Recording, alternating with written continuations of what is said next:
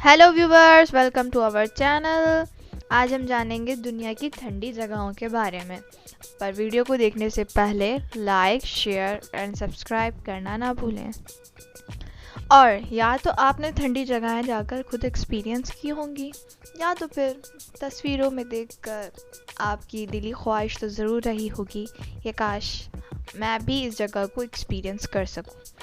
तो चले हम जानते हैं कि इन जगहों पर रहने वाले जो लोग वहाँ रहते हैं उनके क्या क्या एक्सपीरियंसेस होते हैं।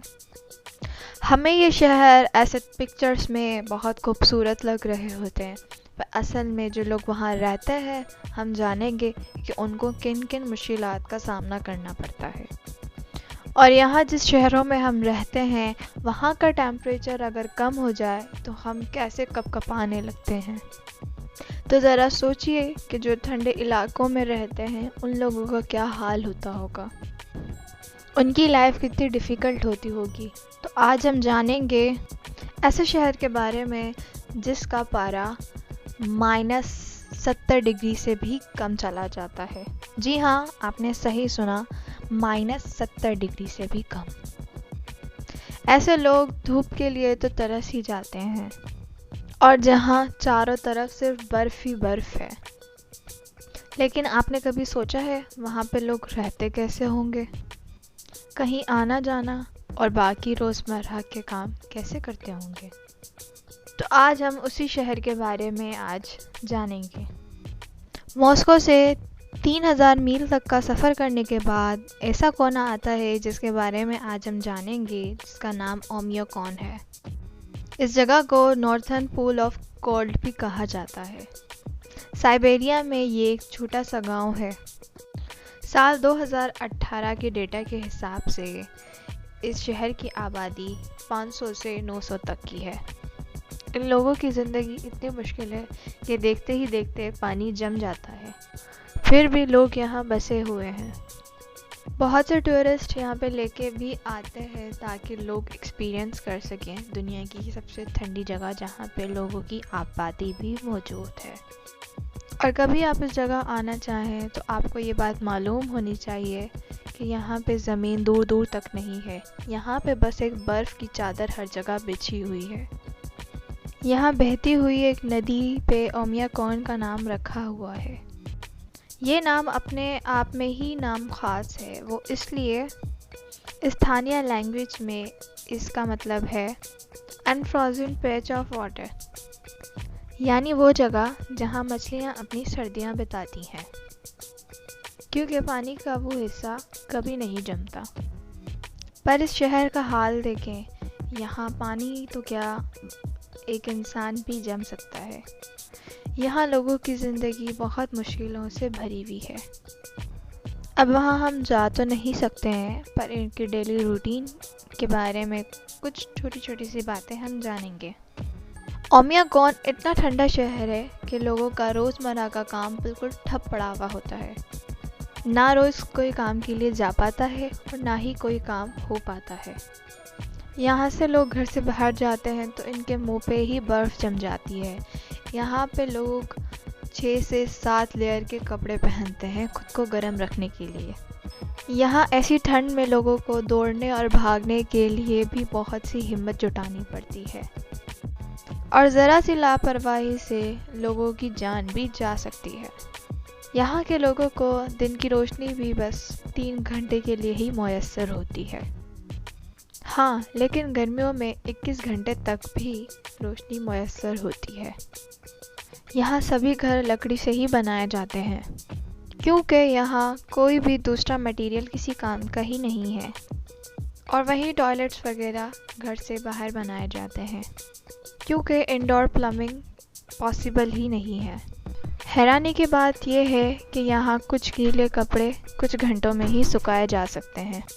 नदियों से लेकर पेड़ों तक हर चीज़ जमी हुई है। यहाँ पे तो मशीन भी कोई काम के लायक नहीं है, और ना ही यहाँ पे गाड़ियाँ चलने की कंडीशन में होती हैं, और गाड़ी चलाने के लिए उसे हीट गैराज में रखना पड़ता है।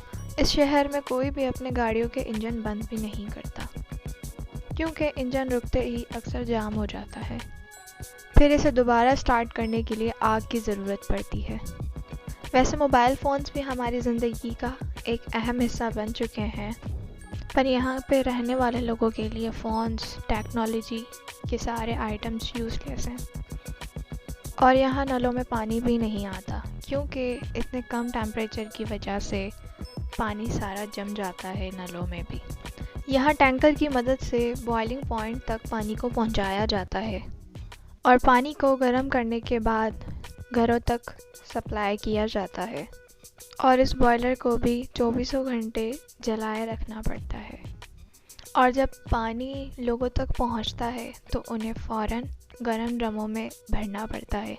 अगर थोड़ी भी देर कर दें तो पानी जम जाएगा। यहाँ इतनी ठंड की वजह से ज़मीन भी सख्त हो जाती है जिसको आग जला के नरम करना पड़ता है और यहाँ फसल उगाई नहीं जा सकती, तो यहाँ के लोग अंडे, ब्रेड, मटन, बीफ और फिश ही खाते हैं। यहाँ के मरने वाले लोगों को कब्र भी नसीब होना बड़ी बात है क्योंकि यहाँ कब्र ही 3 दिन में खुद ही जा सकती है। यहाँ के लोग दिन में भी 3 शिफ्ट में काम करते हैं क्योंकि मुसलसल काम करने से जिस्म का हार्ड मांस भी सख्त बन सकता है, बर्फ़ बन सकता है। पर यहाँ पे रहने वाले लोग ऐसी ही बहुत सारी मुश्किलों के आदी हो चुके हैं और फिर हमेशा वो हर सिचुएशन के लिए तैयार रहते हैं। यहाँ के बच्चे -40 डिग्री सेल्सियस पे भी स्कूल जाते हैं। यहाँ पे सिर्फ एक ही स्कूल है जहाँ पे 25 टीचर्स हैं और लगभग 200 बच्चों को पढ़ाते हैं और यहाँ पे भी बच्चे सर्दियों में स्कूल नहीं जा पाते। तो जून और जुलाई ही है जब ये स्कूल जा सकते हैं, जब ठंड कम होती है। और जनवरी में भी यहाँ का टेम्परेचर -50 डिग्री तक का होता है। पर दुनिया में एक वाहिद अंटार्कटिका ही है जिसका टेम्परेचर -89 डिग्री तक भी जा चुका है, जहाँ पे कोई रहने का तसव्वुर तक भी नहीं कर सकता। यहाँ पर जब कभी कभार सूरज निकल भी आता है तो लोगों को सूरज की गर्माइश तक भी नहीं पहुँचती। अब सवाल ये उठता है, यहाँ पे जब इतने मसले हैं, इतनी ख़तरनाक जगह है लोगों के लिए जहाँ पे लोगों के लिए मुकम्मल रहने की आसाइश भी नहीं है, तो लोग यहाँ रह क्यों रहे हैं? ओमिक्रॉन का इतिहास ये भी है कि 1920 में से लेकर 1930 तक ये जगह फ़ौज और गठेरियों के लिए थी।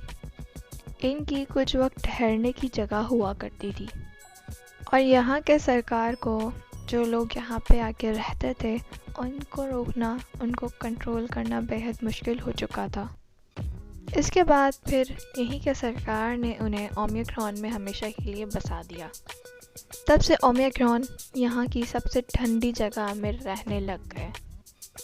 पर खैर ये बात तो प्रूव है कि हमारी सर्दियों में और इनकी सर्दियों में ज़मीन आसमान का फ़र्क है।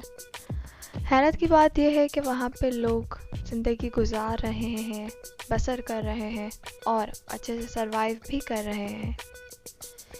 तो चलें, हमारी वीडियो अब यहीं पे ख़त्म होती है। मिलते हैं नेक्स्ट वीडियो में। ऐसी ही इंफॉर्मेटिव वीडियोस देखने के लिए चैनल को लाइक, शेयर एंड सब्सक्राइब करना ना भूलें।